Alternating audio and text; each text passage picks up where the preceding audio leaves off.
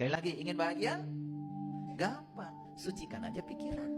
Karena sumber penderitaan itu adalah pikiran yang gelap, pikiran yang jahat. Makanya pikiran yang gelap, pikiran yang jahat sering disebut ego. Dan ego itu kalau digambarkan persis seperti luka yang menganga. Coba, kalau di tangan kita ada luka yang menganga, pastikan akan selalu menghindar, takut tersentuh oleh orang lain. Sedikit aja luka yang menganga tersentuh, pasti akan sakit. Makanya orang yang gampang marah, gampang menyerang, gampang protes, tidak bisa menerima perbedaan, menganggap orang lain di luar dirinya berbahaya.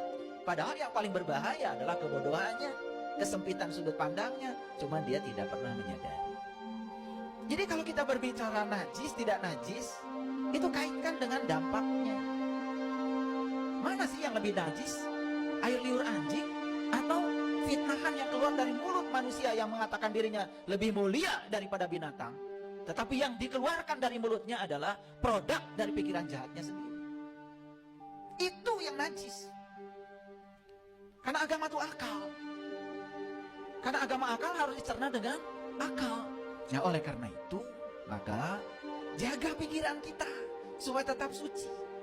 Jaga pikiran kita, jangan sampai menyelinap ke dalam pikiran kita pikiran-pikiran jahat. Karena itu akan menghasilkan kata-kata jahat, dan itu akan menghasilkan tindakan jahat. Dan tidak bisa disangkal lagi, di belakangnya bukan kebahagiaan, tapi penderitaan. Pernah dengar ada orang masuk penjara karena mengeluarkan kata-kata yang tidak senonoh dan kemudian dianggap pencemaran nama baik? Pernah? Itu sudah cukup, itu jelas ya. Makanya hati-hati ya. Saya mengingatkan lebih dalam lagi, bukan hati-hati dengan perkataan, hati-hati dengan pikiranmu. Karena itu adalah sumber perkataan yang berbahaya. Makanya di dalam Al-Quran dikatakan, ciri ahli surga itu sudah kelihatan. Dari apa? Dari apa yang dikatakannya. Bahkan di Quran surat Al-Waqiah dikatakan, illa kilan salaman salaman. Tidak ada yang keluar dari mulutnya kecuali ucapan yang damai dan mendamaikan. Bukan ucapan yang penuh dengan kebencian. Jelas ya? Teko tidak mengeluarkan kopi kalau isinya susu. Jadi apa yang keluar dari mulut teko, itulah yang ada di dalam teko.